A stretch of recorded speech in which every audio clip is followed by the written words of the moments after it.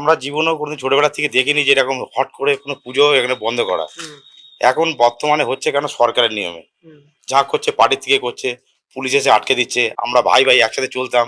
হিন্দু মুসলমান হুম। সব আমরা এক দেখেছি, একসাথে খেয়েছি। এখন উল্টো হয়ে যাচ্ছে। এখন সব বাংলাদেশ থেকে যারা আসছে, যাতে মডার্নরা তাদেরকে সব সাপোর্ট দিচ্ছে পুলিশরা। করতে দিচ্ছে না তো, পুলিশ। করতে দিচ্ছে না, হ্যাঁ? এখানে তো আমরা খালি সব মহামডার্ন পড়ি তা তো পড়ি না। এখানে অনেক মুসলমানরা হিন্দুরাও পড়ে হুম। এর মধ্যে।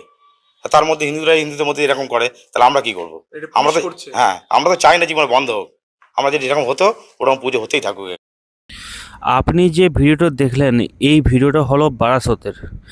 বারাসতের একটা প্রাইমারি স্কুলে, সেখানে সরস্বতী পূজা এবছর হয়নি, কিন্তু এখানে সরস্বতী পূজা সব দিন হয়ে আসছিল।